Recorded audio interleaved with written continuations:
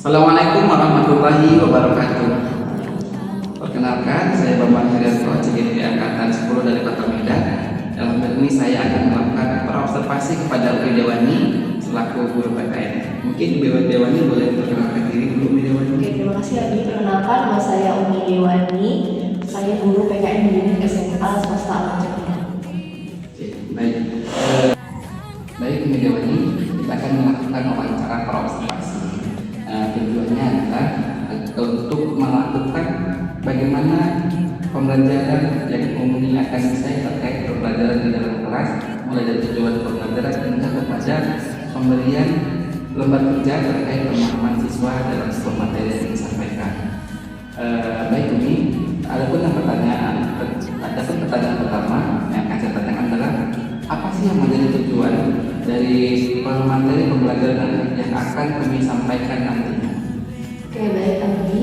Berhubung karena materi kelas 10 yang akan saya sampaikan itu berkaitan dengan kedudukan dan fungsi dari Pancasila, adapun tujuan pembelajaran yang ingin saya capai adalah siswa mampu mengidentifikasi apa sih kedudukan dan fungsi dari Pancasila sebagai dasar negara, dan juga siswa mampu menganalisis nilai-nilai Pancasila sebagai dasar negara. Baik, berarti Umi akan memberikan pemahaman kepada anak tentang kedudukan dan fungsi Pancasila dan berharap mereka bisa menganalisis terkait nilai-nilai yang terkandung dalam Pancasila. Kemudian yang kedua ini adalah bagaimana area pengembangan yang akan Umi capai atau yang ingin dicapai oleh anak-anak itu tersebut. Baik, Abi, karena mungkin ini berkaitan dengan nilai-nilai Pancasila, saya berharap siswa mampu mengetahui nilai-nilai Pancasila melalui tugas proyek. Nah, adapun tugas proyek yang akan saya sampaikan adalah siswa membuat nilai-nilai dari setiap Pancasila itu melalui boleh dari Canva, boleh dari YouTube ataupun mereka buat vlog, atau mungkin mereka bisa membuat pantun, atau mereka membuat poster sesuai dengan kebutuhan dan keinginan mereka, mendesain bagaimana nilai Pancasila agar nilai Pancasila tidak mereka implementasikan nantinya dalam kehidupan. Tentu menarik ilmunya. Tadi kita melakukan pembelajaran diferensiasi. Siswa memberikan menjawab semua tugas yang diberikan dengan kemampuan dan pikiran mereka, di mana mereka bisa menyalurkan bakat mereka kali ini ya. Oke, baik ini. Kemudian bagaimana sih rancangan pembelajaran yang akan diterapkan di kelas?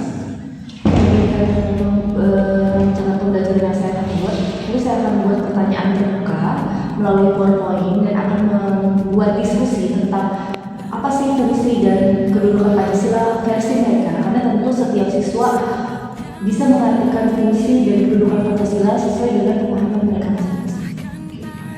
Berarti ini pertama kami menyampaikan pertanyaan-pertanyaan untuk mereka berpikir kritis yang terkait dengan materi dan pasti mereka punya jawaban beragam. Nah, mungkin dari keberagaman ini juga kita mengetahui sebagai sejauh mana mereka bisa memahami. Oke, baik ini. Kemudian bagaimana sih dengan media pembelajaran yang sudah Umi siapkan atau akan Umi siapkan untuk pembelajaran nanti di saat kita observasi? Untuk media pembelajaran, mungkin di awal pembelajaran saya akan mengajak anak-anak untuk menjadi terlebih dahulu, karena memang ini berkaitan dengan Pancasila, tentu akan ada lagu dari Pancasila di awal. Terus setelah itu saya akan menggunakan media PowerPoint karena memang konsepnya adalah semuanya terbuka, jadi nanti melalui PowerPoint itu nanti akan kita diskusikan bersama terkait tentang pertanyaan-pertanyaan yang akan saya sampaikan kepada anak. Baik, luar biasa. Oke, dengan lagu yang mungkin sudah jarang ya anak-anak kita dalam lagu-lagu nasional yang dia. Oke, baik. Baik ini tentang pembelajaran juga. Kemudian kira-kira ini kapan kita bisa melakukan observasi di dalam kelas terkait pembelajaran ini? Berhubungan pada bisa hari Rabu itu ada pelajaran PKN dan nanti di kelas 10 dan di hari Rabu kita bisa melaksanakan observasi langsung untuk apa yang pelajaran luar biasa. Di hari Rabu di kelas 10 apa? Di kelas 10A di jam 10.40. Oke, Rabu di kelas 10A jam 10.40 ya, saya catat ya. Jadi begini, kabar saya juga ketika sudah mendekatkan dengan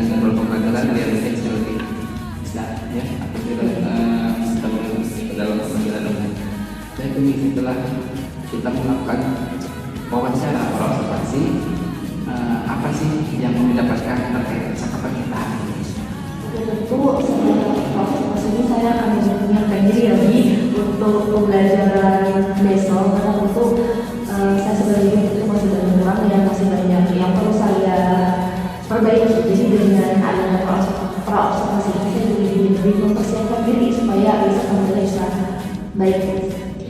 Baik, jadi dengan adanya pra-observasi kami bisa menyiapkan diri pada pembelajaran lebih terorganisir, terkontrol dengan aturan yang sudah pastinya. Oke. Baik, jadi harapannya pun nanti setelah ini bisa menjadi budaya positif bagi kita semua, bukan hanya karena ada nanti observasi, tapi setiap kegiatan pembelajaran kita bisa memberikan yang terbaik.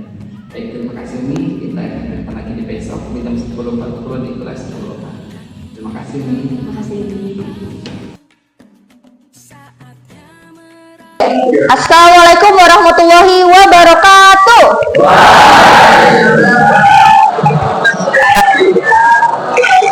Apa kabar anak-anak Umi?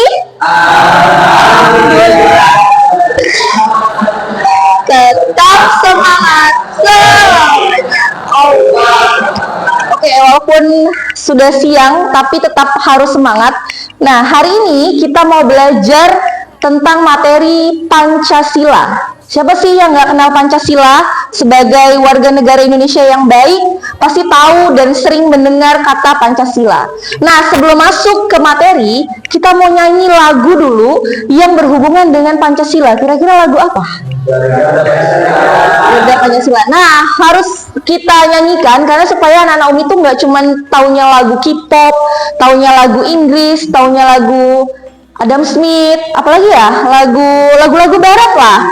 Tapi harus tahu lagu-lagu nasional. Oke, kita nyanyikan dulu lagu Pancasila. 1, 2, 3. Garuda Pancasila.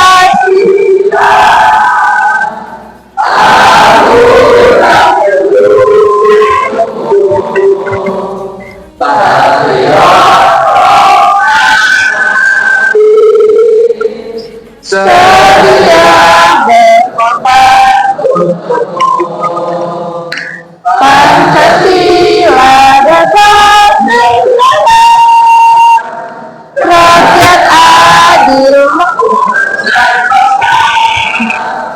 pribadi bangsaku, ayo maju, maju, ayo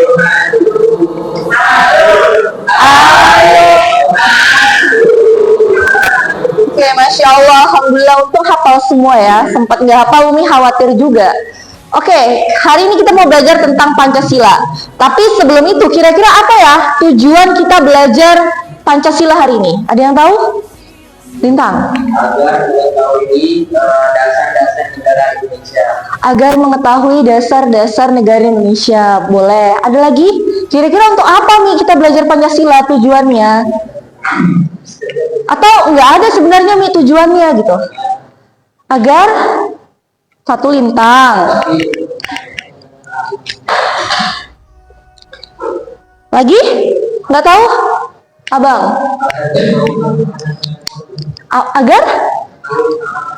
Agar mengetahui kapan Pancasila dibuat.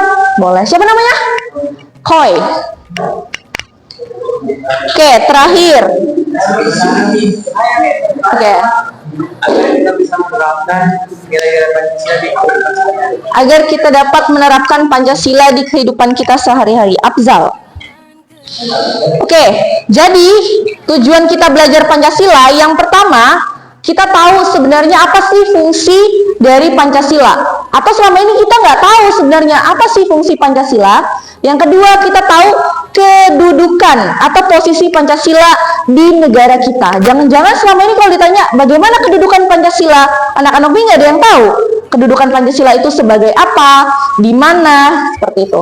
Oke, sebelum masuk ke materi, menurut kamu Pancasila itu berfungsi sebagai apa ya? Katakan yang tahu? Nafis. Sebagai pedoman. Pedoman apa? Sebagai pedoman hidup. Nafis. Lagi? Rizkan. Sebagai contoh rakyat Indonesia. Sebagai contoh rakyat Indonesia. Oke, lagi. Haris. Apa? Sebagai dasar negara. Oke, satu lagi, satu orang beruntung. Oh, jangan lintang lagi, kita kasih Siraka. Sebagai ideologi negara, Masya Allah, tahu. Oke, ada yang bilang sebagai pedoman hidup, yang bilang sebagai dasar negara, ada yang bilang sebagai pandangan hidup. Nah, Pancasila itu digunakan atau berfungsi untuk mengatur seluruh tatanan kehidupan bangsa. Artinya segala sesuatu yang berhubungan dengan pelaksanaan, baik itu bermasyarakat, bernegara, itu harus sesuai dengan nilai-nilai Pancasila. Dari sila pertama sampai sila kelima itu semuanya berkaitan. Dari mulai kalian ibadah, dari kalian mulai bersosial di masyarakat, bahkan dari kalian berkegiatan ekonomi, berpolitik sekalipun, itu diatur dalam Pancasila. Sila keberapa yang tidak ada kaitannya dengan kehidupan masyarakat? Semua berkaitan. Sholat, ibadah, itu berkaitan dengan sila pertama. Kalau berhubungan dengan sosial, kemanusiaan, sila nomor 2 berkaitan dengan nasionalisme, persatuan, gotong royong, berkaitan dengan sila ketiga. Pemilihan umum, pemilihan OSIS, politik. Kalian nanti ketika sudah berusia 18 tahun memilih presiden dan wakil presiden, sila keempat. Yang terakhir ketika nanti mau memilih pemimpin yang adil, bersikap adil, berkaitan dengan sila kelima. Jadi Bang, kalau menurut Umi ya sebagai guru PKN, kalau hidup mau tentram, baik-baik aja, lurus sampai nanti meninggal tidak ada catatan kriminal, ya udah laksanakan aja sila pertama, kedua, ketiga, keempat, dan kelima. Insya Allah hidup akan aman sampai ke surga nanti. Amin. Ya, jadi kalau mau jadi warga negara yang baik, ya udah jalanin aja sila pertama, kedua, ketiga, keempat, dan kelima dalam kehidupan sehari-hari. Oke. Kalau ditanya kedudukan Pancasila, kedudukan itu berkaitan dengan posisi Pancasila. Kalau tadi digunakan untuk mengatur seluruh tatanan kehidupan, berarti kedudukan Pancasila itu digunakan sebagai sumber dari segala sumber hukum. Pasal berapa yang mengatakan bahwa Indonesia adalah negara hukum? Ada yang tahu? Pasal itu ayatnya. Pasal yang mengatakan bahwa Indonesia adalah negara hukum. Lintang. Salah. Ayatnya benar ya, Abang. Pasal Yazid. Pasal 1 ayat 3, Masya Allah. Cocok Yazid kayaknya masuk hukum nanti ya. Jadi pasal 1 ayat 3 itu mengatakan bahwa Indonesia adalah negara hukum, yang artinya segala sesuatu yang terjadi di masyarakat itu diatur oleh hukum. Dari mulai kalian mendapatkan pendidikan, mendapatkan pekerjaan, lalu menikah sekalipun, itu sudah diatur dalam hukum. Misalnya nih, emang kalau kita mau menikah ada undang-undangnya? Oh tentu ada. Usia minimal laki-laki ketika mau menikah berusia 27, 25 menurut undang-undang. Nafis 19 tahun. Jadi kalian bisa menikah menurut undang-undang pasal 6 tahun 2009, itu laki-laki dan perempuan boleh menikah ketika sudah berusia 19 tahun. Dulu sebelum ada revisi itu perempuan 16 tahun. Ternyata ketika 16 tahun banyaklah perdebatan, banyak ternyata yang belum siap, ternyata direvisi sehingga perempuan dan laki-laki boleh menikah secara hukum ketika sudah berusia 19 tahun. Ada yang mau menikah ketika sudah berusia 19 tahun? Jangan ya, harusnya nanti ketika sudah siap lahir batin. Oke, yang kedua, sebagai cita-cita hukum bagi hukum dasar negara. Dan yang terakhir adalah pandangan hidup bangsa. Jadi kalau ditanya, penting nggak sih Pancasila? Penting ya. Kira-kira kalau di Indonesia ini nggak pakai ideologi Pancasila, apa yang terjadi? Hancur, kacau. Apa Faruk kira-kira kalau misalnya kita nggak gunain Pancasila, justru kita gunainnya liberal, komunis misalnya, bisa nggak? Nggak, kenapa? Bakal berantakan. Oke. Ini ada tingkatan nilai Pancasila. Jadi Pancasila itu punya 3 tingkatan nilai. Yang pertama namanya nilai dasar. Nah, nilai dasar ini nilai yang tidak akan berubah. Jadi nanti ketika ujian sebutkan 3 tingkatan nilai Pancasila. Yang pertama adalah nilai dasar. Apa nih contohnya? 1, 2, 3, 4, 5. Nilai dasar itu 5 sila Pancasila yang nggak akan berubah. Mau berubah jadi lebaran monyet, lebaran kuda, hujan es, hujan apa ya, hujan uang, hujan batu, nggak akan berubah nih, namanya nilai dasar. Jadi akan selalu tetap. Yang kedua namanya nilai instrumental. Nah, nilai instrumental digunakan untuk mewujudkan nilai dasar. Biasanya ini adalah undang-undang dasar. Contohnya, jadi ketika ingin melaksanakan sila yang pertama, nilai instrumentalnya apa nih? Pasal 29 ayat 1 dan ayat 2. Di mana warga negara Indonesia berhak memilih agama sesuai dengan kepercayaannya masing-masing. Jadi ketika nanti misalnya Afzal berubah pindah haluan ke Kristen atau ke Konghucu, boleh nggak Umi? Boleh, karena itu adalah hak asasi manusia dan kebebasan dia. Yang tidak boleh adalah ketika Afzal tidak mau pilih agama manapun. Dari Islam nggak mau, Hindu nggak mau, Buddha nggak mau, Konghucu nggak mau, apa-apa nggak mau. Umi saya mau jadi ateis aja, boleh nggak ateis di Indonesia? Nggak boleh, walaupun kenyataannya nih ada loh nih yang Islamnya cuma KTP aja, ya itu urusan pribadi masing-masing. Tapi kita nggak boleh tidak memiliki agama satupun, pilih dari 6 itu. Yang ketiga adalah nilai praksis, adalah nilai yang merupakan penjabaran dari nilai dasar dan nilai instrumental. Nah, contohnya biasanya nilai praksis itu adalah nilai yang kalian lakukan sehari-hari. Misalnya, kemanusiaan yang adil dan beradab. Apa nilai praksisnya? Saling menghormati. Misalnya persatuan Indonesia, apa nilai praksisnya? Gotong royong. Misalnya kerakyatan yang dipimpin oleh hikmat kebijaksanaan dalam permusyawaratan perwakilan, apa contoh nilai praksisnya? Musyawarah mufakat, pemilihan umum, pemilihan ketua OSIS. Jadi nilai praksis adalah nilai yang kalian lakukan dalam kehidupan sehari-hari.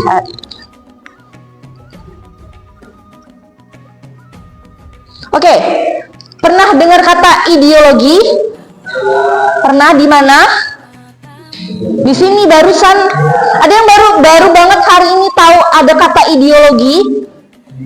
Jadi ideologi atau disebut juga sebagai idea yang artinya gagasan dan logos artinya ilmu, yang kalau dalam bahasa singkat adalah cerminan cara berpikir sekaligus membentuk orang atau masyarakat menuju cita-cita. Jadi dalam membentuk suatu negara itu negara itu harus punya namanya ideologi.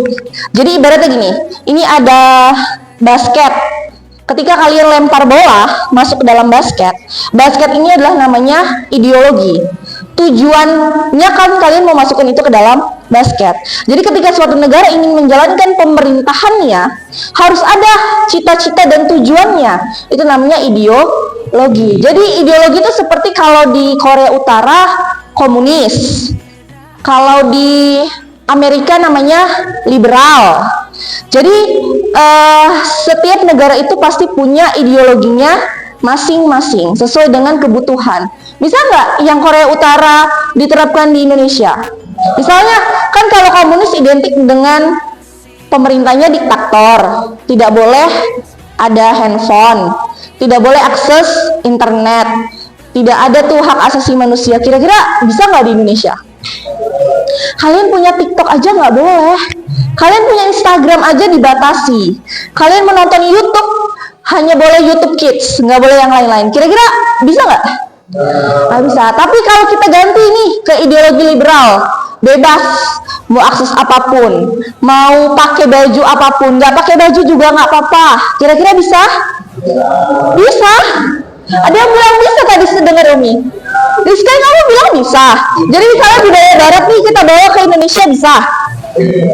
Tapi saya mau sini sebenarnya gitu.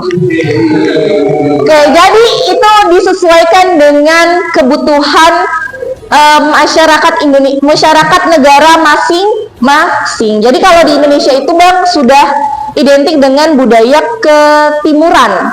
Jadi kalau misalnya menggunakan, ya mohon maaf yang perempuan misalnya pakai bikini di tengah jalan, mungkin kalau di Bali itu sudah agak-agak ke liberal ya, agak-agak ke barat, itu mungkin sudah biasa saja. Tapi ketika kalian melihat ini di Medan, pasti kan kalian astagfirullahalazim, aku harus jaga pandanganku.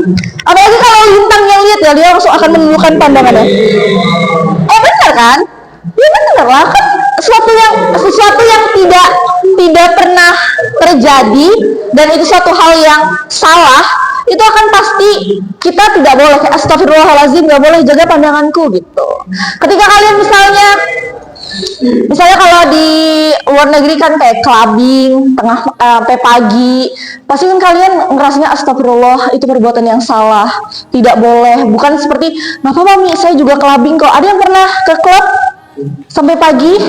Gak ada kan? Umi yakin lah kalau siswa Lamja tidak akan mungkin menyentuh alkohol, menyentuh clubbing, apalagi rokok, ya kan Rizkan ya? Ya kan, benar kan? Ya nggak apa-apa. Oke, jadi kalau ditanya, jadi ideologi dalam suatu negara penting gak sih dan alasannya? Silakan angkat tangan. Penting gak sih? Dan sebutkan alasannya kenapa penting. Jawab. Bintang lagi. Syukur.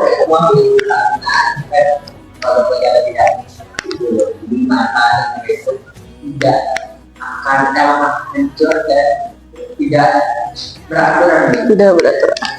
Hancur dan tidak beraturan. Oke, syukur. Ada lagi? Jadi ideologi penting gak sih dan alasannya? Nada, biar Lintang lagi. Tadi kan penyerangan. Hafaz. Penting nih, karena ideologi itu sebagai tujuan negara ke depannya. Oke, ada lagi? Satu orang beruntung. Sudah ada Lintang, Khoi, Abzal, Nafis, Rizkan, Haris, Yajid, Syukur, Hafaz, Abista. Iya kan? Oh ya, paham. Silakan. Karena ideologi itu jadi penting nggak? Karena pandangan masyarakatnya. Kalau nggak ada ideologi, kira-kira gimana suatu negara? Hancur. Ya kan Umi nanya, masa kamu ngegas gitu? Hancur lah Umi. Oke, jadi kalau ditanya apa sih ini arti penting ideologi? Yang pertama, dengan adanya ideologi, negara mampu membangkitkan kesadaran akan kemerdekaan, memberikan motivasi bahwa ternyata untuk mencapai kemerdekaan itu perlu namanya perjuangan. Yang kedua, ideologi suatu bangsa itu berdiri kokoh dan tidak mudah terombang-ambing oleh pengaruh ideologi lain. Jadi Bang, sebenarnya banyak loh ideologi-ideologi lain itu yang mau masuk ke Indonesia. Apalagi ideologi liberal ya, itu sangat ingin masuk. Tapi dengan adanya ideologi Pancasila itu dihalangi. Dengan adanya sila-sila 1, 2, 3, 4, 5, pengaruh barat, apalagi terkait pakaian dan gaya hidup, itu adanya Pancasila membuat kita jadi tidak mudah terombang-ambing oleh ideologi lain. Dan yang terakhir, ideologi itu memberikan arah dan tujuan yang jelas menuju kehidupan yang dicita-citakan. Oke, jadi Pancasila itu dikatakan ideologi terbuka. Ideologi itu ada dua, terbuka dan tertutup. Pernah dengar terbuka dan tertutup? Di mana? Jadi Pancasila itu dikatakan sebagai ideologi terbuka. Kenapa kira-kira Indonesia Pancasila digunakan sebagai ideologi terbuka? Karena Oke, Umi kasih pandangan. Kalau ideologi tertutup itu contohnya adalah komunis. Tapi Pancasila ideologi terbuka. Kira-kira karena Pancasila itu Oke, ayo. Terbuka. Oke, Haris lagi. Coba dulu ya, kasih kesempatan yang lain. Raka, kamu udah? Oh, Raka belum. Oke, silakan Raka. Kenapa ya Pancasila dikatakan sebagai ideologi terbuka? Lama kali sih Raka. Tunggu yang lain dulu. Udah Haris, udah Afzal, udah. Sebelahnya. Abang siapa namanya? Akmal. Oke, Akmal, silakan. Karena wah, udahlah lama. Raka. Cara prinsip-prinsip dasarnya menetap, tetapi dapat menggunakan kenyataan sesuai dengan Oke, mantap. Raka. Oke, ada lagi? Yang mungkin ya bedanya kata-katanya tipis saja lah. Boleh. Oke, kenapa sih Pancasila dikatakan sebagai ideologi terbuka? Rizkan udah, kasih dulu yang lain. Lintang Khoi, Afzal, Napis. Oke, ada lagi?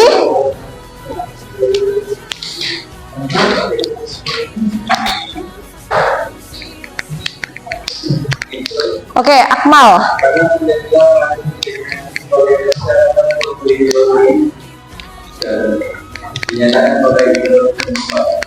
Oke, Akmal. Oke, jadi Pancasila dikatakan sebagai ideologi terbuka itu karena mampu mengikuti arus perkembangan zaman, dinamis, dan sistem pikiran yang terbuka. Sehingga Umi katakan tadi, mau negara kita ini berubah jadi apapun, Pancasila itu mampu mengikuti perkembangan zaman. Jadi apapun masalahnya Bang, bisa diselesaikan dengan Pancasila. Itulah kenapa Pancasila dikatakan sebagai ideologi terbuka. Dan yang kedua, karena Pancasila itu lahir dari pendapat para pendirinya. Ada berapa tokoh yang mengemukakan Pancasila? Siapa aja? Yang belum ya. 3 orang yang dikatakan sebagai the founding father. Faruk akhirnya. Siapa aja? Soekarno, Supomo, Muhammad Yamin. Jangan lupa ya, ada 3 tokohnya, Soekarno, Supomo, dan Muhammad Yamin. Jadi dari 3 tokoh tersebut lahirlah Pancasila, sehingga Pancasila dikatakan sebagai ideologi terbuka karena dari para pendapat 3 orang ini, saya ngasih ini, yang ini ngasih ini, yang itu ngasih ini, bukan hanya dari 1 orang. Tapi kalau dia ideologi tertutup, dia hanya dari pemerintahan yang tidak boleh diganggu gugat. A, B, C, nggak boleh dia dikasih pendapat oleh yang lain, dikasih masukan, itu tidak boleh. Jadi mengapa Pancasila dikatakan sebagai ideologi terbuka? Karena mampu mengikuti perkembangan zaman, dinamis, dan sistem pemikiran yang terbuka. Oke, anak-anak Umi, tugas minggu depan terkait dengan Pancasila sebagai ideologi terbuka, silahkan buat tugasnya, boleh dalam bentuk PPT, boleh dalam bentuk pantun, boleh dalam bentuk infografis, Canva, atau dalam bentuk apapun ya. Ini dibebaskan ke kalian sesuai dengan kebutuhan kalian. Kalian sukanya tuh seperti apa? Sekreatif mungkin. Silakan buat bagaimana tantangan Pancasila dalam menghadapi arus globalisasi yang terjadi saat ini. Jadi kan Pancasila dikatakan sebagai ideologi terbuka. Katanya Pancasila mampu mengikuti perkembangan zaman. Jadi kan banyak nih masalah-masalah yang ada. Silahkan dibuat dalam bentuk Canva boleh, PowerPoint boleh, dalam bentuk infografis boleh, dalam bentuk pantun boleh. Ya, jadi sekreatif mungkin, dikumpulkan minggu depan untuk tugas kita supaya lebih paham bagaimana sih Pancasila dalam mengatasi setiap permasalahan. Oke, ada pertanyaan terkait tugasnya? Nggak ada? Atau terlalu mudah tugasnya? Oke, nah untuk materi hari ini mungkin Umi cukupkan. Silakan dipelajari lagi bagaimana kedudukan Pancasila sebagai dasar negara, sebagai pedoman hidup kita. Karena sejatinya Bang, walaupun memang Pancasila materi PPKN ya khususnya tidak masuk mungkin dalam nilai SNMPT kalian nanti ataupun dalam kemasukan eligible kalian, tapi percayalah dengan belajar pendidikan Pancasila kalian membentuk kalian menjadi warga negara yang baik. Jadi dalam artian percuma pintar, percuma keren dalam akademik tapi nggak ada adabnya dan nggak tahu bagaimana hak dan kewajiban kalian sebagai warga negara. Karena banyak ternyata orang-orang kaya yang tidak bayar pajak, orang-orang kaya yang dia nggak tahu hak asasi manusia orang lain, membunuh. Banyak ya kasus pembunuhan yang dilakukan oleh orang-orang yang berkuasa. Padahal kalau dibilang dia tahu hukum nih, sangat-sangat tahu. Nggak mungkin dia nggak tahu hukum, tapi dia melakukan hak asasi, pelanggaran terhadap hak asasi manusia seseorang. Jadi penting sekali belajar tentang Pancasila supaya membentuk kalian menjadi manusia yang berpancasila dalam kehidupan sehari-hari. Jadi bukan hanya menghafal sila 1, 2, 3, 4, 5, tapi mampu mengimplementasikan dalam kehidupan sehari-hari. Oke, kita tutup materi kita hari ini dengan mengucapkan hamdalah. Alhamdulillahirabbil alamin. Oke, Umi akhiri. Assalamualaikum warahmatullahi wabarakatuh.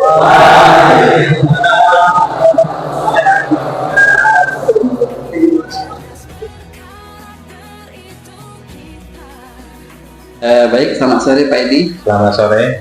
Ya, selamat sore Miwani. Baik, dalam pertemuan kali ini merupakan wawancara pasca observasi terkait supervisi dari pembelajaran PKN di kelas 10A yang sudah kita jadwalkan kemarin ya Miwani ya. Baik, dalam hari ini saya akan mencoba merefleksikannya Pak ya terkait hasil supervisi pembelajaran di pembelajaran PKN. Baik Miwani, kemarin kita sudah melakukan observasi di kelas yang Umi ampuh mengenai pelajaran PPKN yang Umi ampuh. Nah, kan jarang ya Umi ya untuk diadakan supervisi, observasi dalam hal pembelajaran. Bagaimana sih perasaan Umi setelah dilakukan observasi atau supervisi di saat itu Umi? Oke, baik. Izin Pak, izin nanti saya jawab. Jadi terkait tentang supervisi yang dilakukan kemarin, mungkin juga di sekolah juga hampir tidak terlalu rutin yang kami kita lakukan. Jadi ketika Abi masuk dan melihat cara saya mengajar, tentu itu jadi pembelajaran buat saya. Ternyata masih banyak kurangnya, masih banyak yang harus saya perbaiki. Karena juga Abi sebagai guru CGP juga memberikan banyak masukan ke saya terkait setelah saya mengajar kemarin tentang apa yang kurang, apa yang belum saya sampaikan di kelas tersebut. Jadi itu buat modal saya sebenarnya ke depannya. Ternyata saya masih banyak kurangnya dalam pembelajaran di kelas ini. Baik, dalam pembelajaran kemarin memang Umi sudah melakukan langkah-langkah yang sudah Umi sampaikan sebelumnya di observasi. Namun ada yang mungkin terlupa tertulis ya nih tentang tujuan pembelajaran. Tujuan pembelajaran Umi tidak tertulis, tapi Umi sampaikan secara lisan kepada anak-anak tentang tujuan pembelajaran yang akan dicapai di saat itu. Baik Umi, terkait dengan area pengembangan dan langkah-langkah, bagaimana sih Umi tentang rencana yang Umi lakukan dan aplikasi yang berjalan di pembelajaran itu? Jadi kalau terkait tentang langkah-langkah, memang saya sudah mengikuti dari FPP ya untuk langkah-langkah, walaupun memang kenyataan di lapangan seringkali tidak sesuai dengan FPP ya Pak, karena memang juga kadang ada anak-anak yang pembelajarannya tidak seperti yang lain, karena memang setiap anak mempunyai kemampuan yang berbeda-beda. Itu mengapa perlu sekali untuk pembelajaran itu secara diferensiasi untuk melihat agar tujuan setiap pembelajaran yang ingin dituju setiap guru itu bisa tercapai. Walaupun memang saya mengakui Pak masih sangat susah untuk menerapkan pembelajaran diferensiasi karena juga keterbatasan saya sebagai guru untuk menerapkan itu, tapi saya tetap terus mencoba agar pembelajaran diferensiasi bisa terus saya lakukan di dalam kelas. Ya, kalau kemarin melakukan pembelajaran diferensiasi terkait tugas kepada anak-anak yang diberikan kepada anak-anak, boleh dengan berbagai cara yang mereka lakukan. dengan tujuan dari pembelajaran tersebut. Umi, sejauh mana sih Umi keberhasilan dari area pengembangan yang telah Umi lakukan itu? Sebenarnya nih kalau dikatakan berhasil, sebenarnya saya bisa mengatakan cukup berhasil karena ternyata anak-anak kalau diberi kebebasan lebih kreatif Pak untuk mengeluarkan ide-idenya. Tapi kalau misalnya kita hanya mematok pada presentasi atau hanya membuat poster, ternyata ada anak-anak yang tidak minat di situ, justru malah cenderung mengerjakannya biasa saja. Tapi kalau misalnya kita bebaskan seperti kemarin boleh pantun, boleh misalnya mau puisi atau buat vlog YouTube, bahkan anak-anak justru cenderung lebih ada usahanya karena ternyata itu sesuai dengan minat dan kemauan mereka. Jadi saya merasa bahwa kalau pembelajaran itu dilakukan secara diferensiasi malah lebih berhasil dibanding pembelajaran yang saya paksakan, misalnya harus presentasi, PPT atau lain sebagainya. Jadi lebih optimal ya? Lebih optimal. Oke, baik. Ada nggak nih dalam pembelajaran kemarin terkait penyampaian materi ataupun tugas-tugas yang disampaikan ke anak-anak itu, ada nggak kendala yang Umi alami?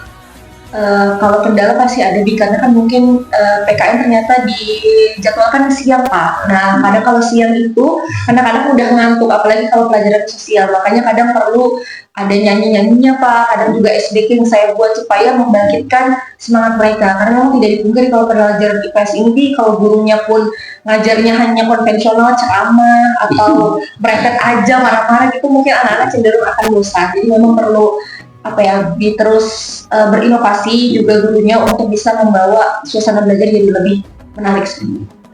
Oke, baik. Kemarin juga kami buat poin ini ya, poin nilai tambah untuk mereka yang sudah aktif menjawab. Mungkin itu juga jadi nilai kompetitif mereka yang ini dalam memberikan jawaban atau respon dari pembelajaran. Nah, tadi karena jam pembelajaran siang ini jadi membuat mereka jadi lebih ngantuk, udah lelah ya ini ya. Oke, baik. Nih terkait hal itu dan rencana pengembangan yang akan dilakukan untuk perbaikan, apa sih ini rencana-rencananya yang bisa dilakukan atau yang akan direncanakan untuk kedepannya? Oke, untuk rencana selanjutnya tentu karena semalam juga masih banyak kurangnya, saya akan terus berinovasi dan mengupgrade diri tentang gimana sebenarnya pembelajaran diferensiasi supaya pembelajaran itu tetap sampai ke anak-anak. Jadi walaupun memang pembelajarannya materinya tentang misalnya kedudukan Pancasila atau fungsi Pancasila, walaupun tujuannya adalah untuk anak-anak mengerti, tapi dengan cara yang berbeda-beda tetap bisa sampai seperti itu. Jadi memang perlu terus mengupgrade diri, terus banyak belajar untuk bisa memahami sebenarnya bagaimana sih cara belajar diferensiasi anak-anak supaya pembelajaran itu bisa sampai seperti itu. Oke, terkait dengan upgrade diri ya, mungkin sekarang sudah banyak ya Pak ya di PMM, di berbagai kegiatan yang bisa kita lakukan untuk mengupgrade diri kita. Mungkin nanti ke depan kalau sudah mumpuni di CGP selanjutnya ya Pak ya. Baik, apa Umi harapan Umi ke depan terkait pembelajaran yang mungkin bisa Umi terapkan di kelas Umi? Kalau harapan saya semoga untuk diri saya sendiri untuk bisa lebih belajar dan memahami bahwa ternyata setiap anak itu punya kemampuan yang berbeda-beda dan kadang kita masih sering menjudge bahwa anak ini tidak mampu, kadang masih menjederal bahwa kalau dia nggak bisa yang ini kita menganggap bahwa dia tidak mampu. Jadi saya harus punya stigma sendiri Pak bahwa ternyata setiap anak punya cara pandang berbeda-beda gitu untuk memahami hal tersebut. Jadi harapannya untuk saya sendiri semoga masih bisa terus belajar dan mencari tahu sebenarnya bagaimana cara supaya pembelajaran PPKN itu bisa lebih menyenangkan dan supaya mungkin sekolah menyediakan pelatihan-pelatihan ya untuk bisa mengupgrade diri, ada pelatihan tentang cara belajar diferensiasi dan lain sebagainya. Mungkin dengan Abi mengikuti CGP dan berbagai ilmu itu juga menjadi salah satu masukan dan salah satu cara untuk bisa dilakukan supaya saya bisa mengupgrade diri.